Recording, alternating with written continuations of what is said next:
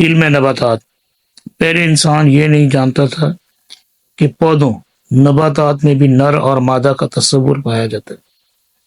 اب علم نباتات یہ بیان کرتا ہے کہ ہر ایک پودے میں نر اور مادہ کا تصور موجود ہے، حتیٰ کہ وہ پودے جو ایک ہی جنس کے حامل ہیں ان میں بھی نر اور مادہ دونوں کے نمایاں عناصر پائے جاتے ہیں، جیسا کہ قرآن پاک میں بیان کیا گیا ہے کہ اور آسمان سے پانی اتارا تو ہم نے اس سے طرح طرح کے سبزے کے جوڑے نکالے، ہر ایک دوسرے سے جدا۔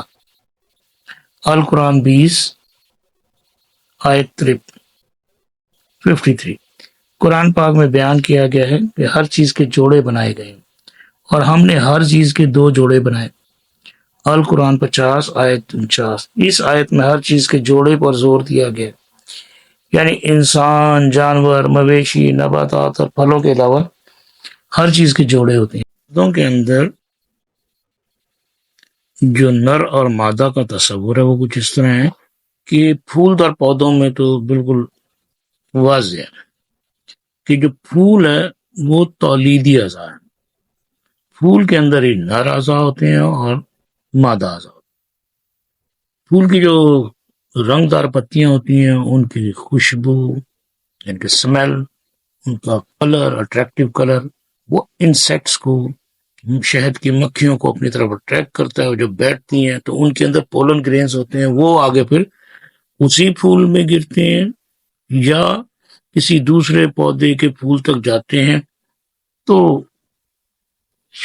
پولینیشن ہوتی ہے۔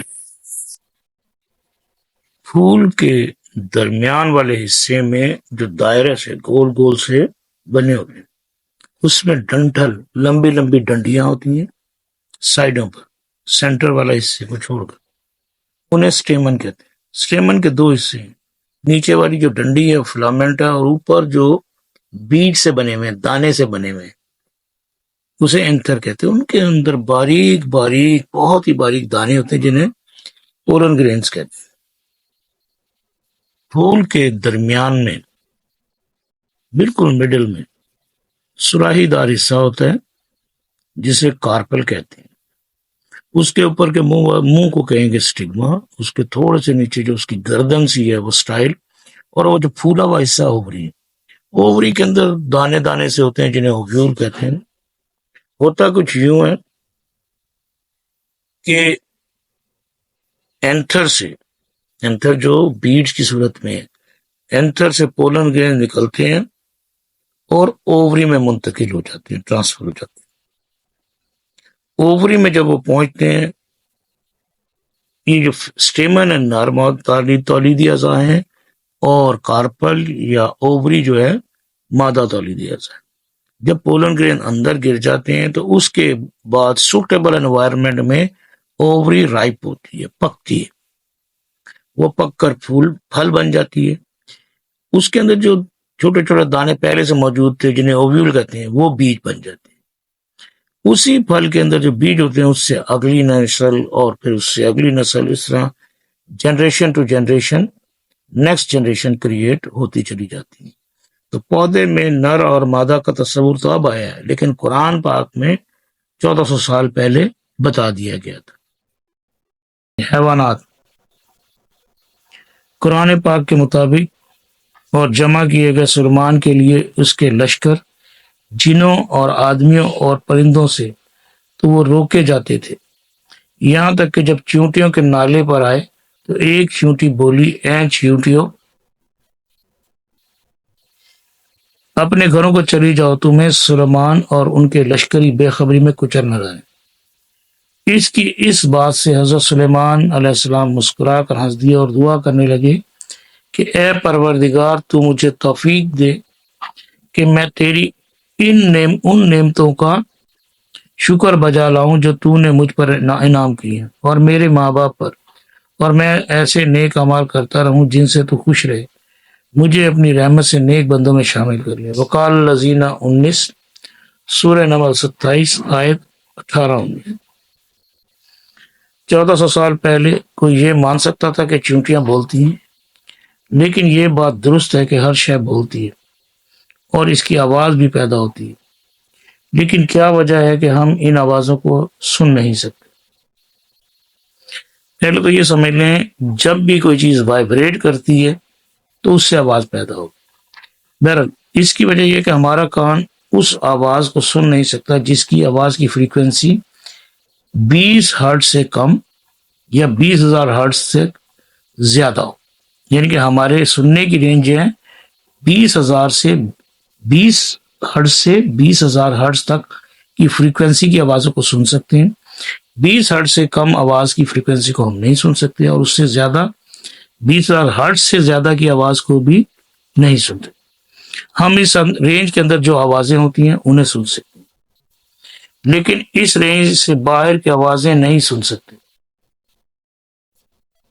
20 ہرٹز سے کم آوازوں کی توانائی یا اس کی وائبریشن اتنی کم ہوتی ہے کہ ان سے ہمارے کان کے پردے پر وائبریشن پیدا ہی نہیں ہوتی، یعنی کہ ان کا اثر ہی نہیں ہوتا۔ اور 20,000 ہرٹز سے زیادہ فریکوینسی کی آواز کی رفتار کے ساتھ ہمارے کان حرکت نہیں کر سکتے، یعنی کہ اتنی تیزی سے وائبریٹ کر ہی نہیں سکتے۔ البتہ جانور ان آوازوں کو سن سکتے ہیں، یا اللہ تعالیٰ نے حضرت سلیمان علیہ السلام کو یہ صلاحیت دی تھی کہ وہ جانوروں کی آوازوں کو سن سکتے تھے۔ آج جدید سائنسی تحقیق سے یہ بات ثابت ہو چکی ہے کہ چیونٹیوں کا طرز زندگی انسانی طرز زندگی کے انتہائی قریب تر ہے۔ ایک بات یعنی کہ ہزاروں سال پہلے یا 1400 سال پہلے قرآن پاک میں یہ بات آئی کہ چیونٹیوں کی آواز ہوتی۔ ہر جاندار آواز تو پیدا کرتا ہے۔ اب چیونٹیوں کی کیونکہ 20 ہرٹز سے شاید کم ہے تو اس لیے سنائی نہیں، لیکن حضرت سلیمان علیہ السلام کو اللہ تعالیٰ نے خاص صلاحیت عطا کی تھی۔ یہ بھی ایک اللہ تعالیٰ کا معجزہ۔ چیونٹیوں کے طرز زندگی پر موجودہ دور میں جو تحقیق کی گئی ہے، اس کے مطابق چیونٹیاں انسانوں کی طرح اپنے مردوں کو دفن کرتی ہیں۔ اکثر و بیشتر چیونٹیاں آپس میں اکٹھی مل بیٹھ کر گپ شپ بھی کرتی ہیں۔ ان میں کارکنوں کی تقسیم کا اعلیٰ نظام موجود ہے، جس میں مینیجر، سپروائزر، فورمین اور کارکن شامل ہیں۔ تقریباً تمام جاندار بڑے سسٹمیٹکلی ورک کرتے ہیں۔ آپس میں رابطہ رکھنے کے لیے وہ جدید باہمی اطلاعاتی نظام کی حامل ہوتی ہیں۔ ان میں مارکیٹ کا باقاعدہ نظام موجود ہے، جہاں پر وہ ایک دوسرے کے ساتھ سامان کا تبادلہ کرتی ہیں۔ وہ ایک لمبے عرصے کے لیے اناج کا ذخیرہ کرتی ہیں، خاص طور پر موسم سرما کے لیے۔ اور اگر ان کا ذخیرہ کردہ اناج بارش کی وجہ سے گیلا ہو جائے تو وہ اسے خشک کرنے کے لیے دھوپ میں رکھتی ہیں، اور جب اناج سوکھ جاتا ہے تو اسے دوبارہ ذخیرہ کر لیتی ہیں۔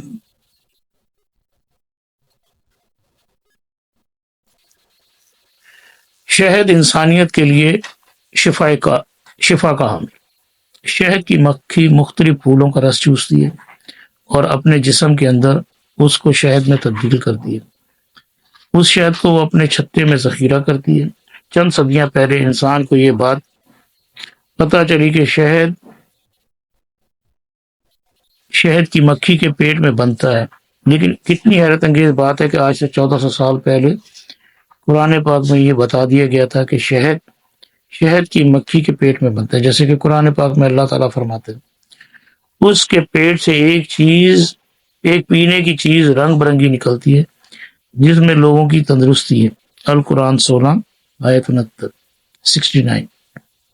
ہمیں حال ہی میں یہ بات پتہ چلی ہے کہ شہد میں شفا ہے اور اس میں تندرستی عطا کرنے کی خصوصیات پائی جاتی ہیں، اور یہ جراثیم کش بھی ہے۔